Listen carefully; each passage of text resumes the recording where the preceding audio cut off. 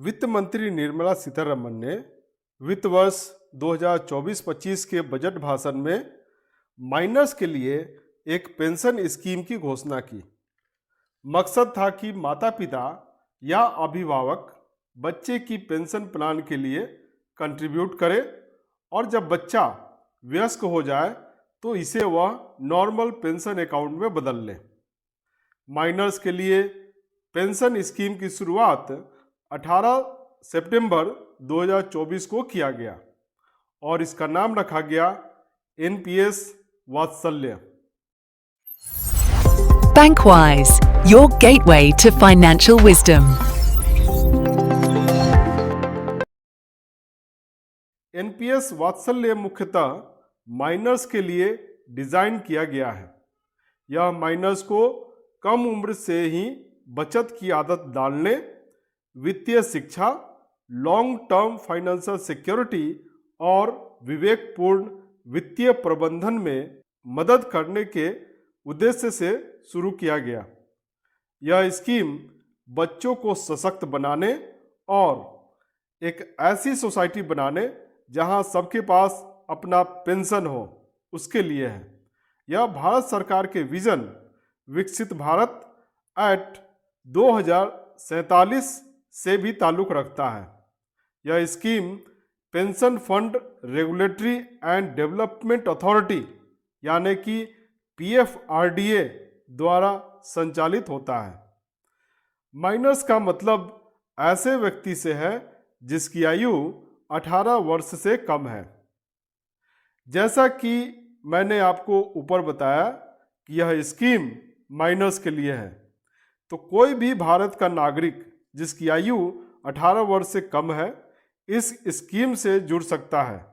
इसके अलावा non resident Indian और overseas citizen of India OCI जिसकी आयु 18 वर्ष से कम है, वे भी इस स्कीम को ज्वाइन कर इसका लाभ ले सकते हैं। एनपीएस वात्सल्य अकाउंट पेरेंट्स या लीगल गार्डियन के द्वारा खोला और मैनेज किया जाता है। इस अकाउंट का मुख्य बेनिफिशियरी वह बच्चा होता है जिसके नाम से यह अकाउंट खोला गया है। बच्चा जब 18 वर्ष का हो जाता है तब केवाईसी प्रक्रिया पूरा करने के बाद अकाउंट संचालन की जिम्मेदारी अकाउंट होल्डर को दे दी जाती है। अकाउंट होल्डर के 18 वर्ष पूरे होने के बाद एनपीएस वात्सल्य अकाउंट को NPS tier 1 all India citizen model account में बदल दिया जाता है। NPS tier 1 all citizen model के बारे में अगले वीडियो में हम लोग चर्चा करेंगे। व्यक्ति जब 18 वर्ष का हो जाता है तब फ्रेश केवाईसी और फ्रेश नॉमिनेशन देना अनिवार्य है। अगर यह डिटेल अकाउंट होल्डर के द्वारा नहीं दिया जाता है तो व्यक्ति के 21 वर्ष पूरे होने तक अकाउंट में कोई भी ट्रांजैक्शन अलाउ नहीं किया जाता है और उसके बाद अकाउंट डोरमेंट हो जाएगा। माइनर्स का बैंक अकाउंट डिटेल भी देना जरूरी होता है। यह रेजिडेंट इंडियन के लिए तो ऑप्शनल है, लेकिन एनआरआई और ओसीआई के लिए यह मैंडेटरी है। अब हम बात करते हैं कि एनपीएस वात्सल्य में इनरोलमेंट के लिए क्या क्या डॉक्यूमेंट जरूरी है। तो एनपीएस वात्सल्य में इनरोलमेंट के लिए माइनर का डेट ऑफ बर्थ प्रूफ के लिए जन्म प्रमाण पत्र, school leaving certificate, matriculation certificate, pan या पासपोर्ट का उपयोग किया जा सकता है। गार्डियन को भी अपना केवाईसी जैसे Aadhaar, driving licence, passport, voter ID card, NREGA job card या नेशनल पॉपुलेशन रजिस्टर डॉक्यूमेंट देना होता है। गार्डियन का पैन, और अगर पैन नहीं है तो फॉर्म 60 जमा करना होता है। गार्डियन अगर एनआरआई है या ओसीआई है तो माइनर का बैंक अकाउंट या माइनर का पेरेंट्स के साथ ज्वाइंट एनआरई एनआरओ अकाउंट भी देना अनिवार्य है। खाता खोलते समय न्यूनतम कंट्रीब्यूशन 250 रुपये है। व्यक्ति को हर साल अपने अकाउंट में कम से कम 250 रुपये और अधिकतम अपनी क्षमता के अनुसार जमा कराना होता है। अधिकतम जमा करने की कोई राशि निश्चित नहीं है। गार्डियन अपने कंट्रीब्यूशन और इन्वेस्टमेंट के लिए पीएफआरडीए की विभिन्न पेंशन फंड का चुनाव कर सकते हैं। पेंशन फंड व्यक्ति के द्वारा किए गए कंट्रीब्यूशन का निवेश कुछ इस प्रकार से करती है। गवर्नमेंट सिक्योरिटी और संबंधित इन्वेस्टमेंट में 15 से 20% तक का इन्वेस्टमेंट होता है। डेट इंस्ट्रूमेंट में निवेश 10 से 30% तक, शॉर्ट टर्म डेट इंस्ट्रूमेंट में 10% तक और इक्विटी में 50 से 70% तक निवेश किया जाता है। जब स्कीम का कॉर्पस 5 करोड़ से ज़्यादा हो जाएगा तब मनी मार्केट लिमिट अप्लाई होगा। अब आप सोच रहे होंगे कि हमने एनपीएस अकाउंट खुलवा लिया, लेकिन क्या अगर ज़रूरत पड़ने पर इसमें से विड्रॉल हो सकता है? तो मैं आपको यहाँ पर बताना चाहता हूँ कि ज़रूरत पड़ने पर इस स्कीम से पार्शियल या आंशिक रूप से निकासी की जा सकती है। वे ज़रूरत जब पार्शियल विड्रॉल अलाउ है वे हैं, पहला कि माइनर अकाउंट होल्डर की शिक्षा के लिए आप निकाल सकते हैं। दूसरा, जब माइनर को कोई भयानक बीमारी हो जाए तब विड्रॉल अलाउड है। और तीसरा, जब डिसेबिलिटी 75% या उससे अधिक हो तब आप पार्शियल विड्रॉल कर सकते हैं। लेकिन पार्शियल विड्रॉल के लिए कुछ नियम है जिसको कि आपको ध्यान रखना पड़ेगा। पार्शियल विड्रॉल अकाउंट ओपन होने के 3 साल बाद ही अलाउड है। पार्शियल विड्रॉल व्यक्ति के कंट्रीब्यूशन का 25% ही अलाउड है। इसमें व्यक्ति के कंट्रीब्यूशन पर रिटर्न शामिल नहीं होता है। व्यक्ति के 18 वर्ष पूरा होने तक सिर्फ 2 बार पार्शियल विड्रॉल किया जा सकता है। 18 वर्ष बाद अगर व्यक्ति केवाईसी रिक्वायरमेंट को पूरा कर लेता है तो 18 से 21 वर्ष आयु तक के बीच में 2 बार और पार्शियल विड्रॉल कर सकते हैं। मतलब कि 21 वर्ष आयु तक 4 बार आप पार्शियल विड्रॉल या आंशिक रूप से विड्रॉल कर सकते हैं। अब हम देखेंगे कि कंट्रीब्यूशन और एग्जिट ऑप्शन क्या है। अकाउंट होल्डर की 18 वर्ष आयु होने के बाद 3 वर्ष तक अकाउंट को जारी रखा जा सकता है। इन 3 वर्षों में केवाईसी, नॉमिनेशन या अन्य रिक्वायरमेंट को पूरा करना होता है।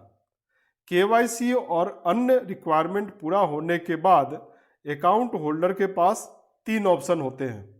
पहला, व्यक्ति नेशनल पेंशन स्कीम में बने रह सकता है और एनपीएस वात्सल्य अकाउंट को एनपीएस ऑल सिटीजन मॉडल में ट्रांसफर कर सकता है। दूसरा है कि अकुमुलेटेड कॉर्पस का 80% निकासी और बाकी 20% अमाउंट को एन्युइटी प्लान में री इन्वेस्ट किया जा सकता है। मतलब 20% अमाउंट पेंशन के रूप में मिलता रहेगा। तीसरा ऑप्शन है कि अगर टोटल अकुमुलेटेड कॉर्पस 8 लाख से कम है तो पूरी राशि एक मुश्त निकासी की जा सकती है। अगर व्यक्ति 18 वर्ष से 21 वर्ष आयु के बीच इन तीनों ऑप्शन में से किसी भी ऑप्शन का चुनाव नहीं करता है तो टोटल अमाउंट इक्विटी में इन्वेस्ट कर दिया जाता है, जिसे व्यक्ति केवाईसी और अन्य प्रक्रिया पूरा करने के बाद प्राप्त कर सकता है। अब हम देखेंगे कि अगर सब्सक्राइबर या जो गार्डियन है उनकी मृत्यु हो जाती है तो क्या प्रावधान है। तो अकाउंट होल्डर की मृत्यु होने पर पूरी धनराशि गार्डियन या नॉमिनी या लीगल हेयर्स को दे दी जाएगी। धनराशि प्राप्त करने वाला व्यक्ति इस राशि को अपने पेंशन अकाउंट में भी जमा कर सकता है। एक गार्डियन की अगर मृत्यु हो जाती है तो दूसरे गार्डियन की केवाईसी लेकर के उसे उस अकाउंट में रजिस्टर कर दिया जा सकता है।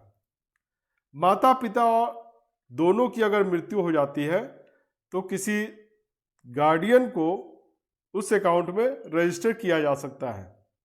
अब जो न्यूली अपॉइंटेड गार्डियन है वह चाहे तो अकाउंट में कंट्रीब्यूशन दे सकता है और अगर नहीं चाहे तो कंट्रीब्यूशन नहीं दे सकता है, पर अकाउंट कंटिन्यू रहेगा। और जब सब्सक्राइबर 18 वर्ष आयु का हो जाएगा तो उसके बाद ऊपर जो हमने 3 एग्जिट ऑप्शन बताए हैं उसमें से वह किसी एक का इस्तेमाल करके अपने अकाउंट को आगे जारी रख सकता है।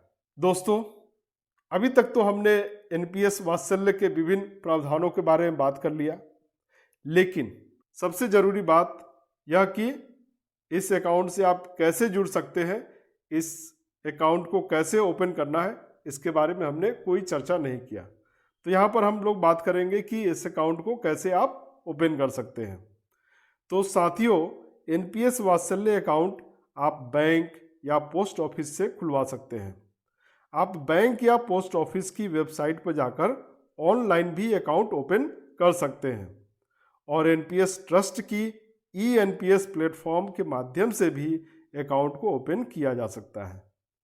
अगर व्यक्ति को अपने एनपीएस वात्सल्य अकाउंट से संबंधित कोई शिकायत होती है तो इसे online platform central grievance management system के माध्यम से भी उठाया जा सकता है।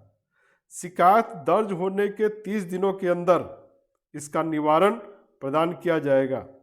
अगर 30 दिनों के अंदर समाधान नहीं होता है या शिकायतकर्ता समाधान से संतुष्ट नहीं है तो उच्च अधिकारी से इसकी शिकायत की जा सकती है। अब हम इस पूरे वीडियो का एक समरी लेते हैं तो हम पाते हैं कि एनपीएस वात्सल्य उन व्यक्तियों के लिए पेंशन स्कीम है जिनकी आयु 18 वर्ष से कम है। इसमें सालाना 250 रुपये न्यूनतम इन्वेस्टमेंट करना होता है, जबकि अधिकतम की कोई सीमा नहीं है। यह अकाउंट रेजिडेंट इंडियन, एनआरआई और ओसीआई के द्वारा खोला जा सकता है। इमरजेंसी सिचुएशन में अकाउंट ओपन होने के 3 साल बाद 25% तक पार्शियल विड्रॉल किया जा सकता है। 18 वर्ष आयु के बाद अकाउंट को जारी रखा जा सकता है या एन्युटी प्लान में बदला जा सकता है। अकाउंट बैंक, पोस्ट ऑफिस या एनपीएस ट्रस्ट में ऑनलाइन या ऑफलाइन दोनों माध्यम से खोला जा सकता है। दोस्तों, मैं उम्मीद करता हूं कि एनपीएस वात्सल्य से संबंधित आपके मन में जो भी प्रश्न थे उसका समाधान आपको मिल गया है। अगर आपके कोई प्रश्न अभी भी बाकी है तो उसे कमेंट कर बताएं, उसका उत्तर देने की मैं पूरी कोशिश करूंगा। यह वीडियो आपको कैसा लगा कमेंट करके अपनी राय अवश्य बताएं। हौसला बढ़ाने के लिए वीडियो को ज़रूर लाइक और सब्सक्राइब करें और अपने दोस्तों और रिश्तेदारों के साथ भी इसे शेयर करें जिससे वे भी इस जानकारी का लाभ ले सकें। कहते हैं विद्या दान सबसे बड़ा दान होता है। मिलते हैं अगले वीडियो में, तब तक इसी तरह हंसते मुस्कुराते रहें। अपना और अपनों का ख्याल रखें। जय हिंद।